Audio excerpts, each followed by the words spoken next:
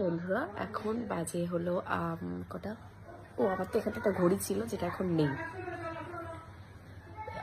চোখগুলো লাল হয়ে গেছে কেন আই ডোন্ট নো, বাট এখন আমি সবে ঘুম থেকে উঠলাম। আর এখন চলো মায়ের সাথে একটা প্র্যাঙ্ক করব। তো মানে প্র্যাঙ্ক নয়, একটা ফানি কিছু বলার চেষ্টা করবো মায়ের, আমি শুধু রিয়াকশনটা দেখবো, ঠিক আছে?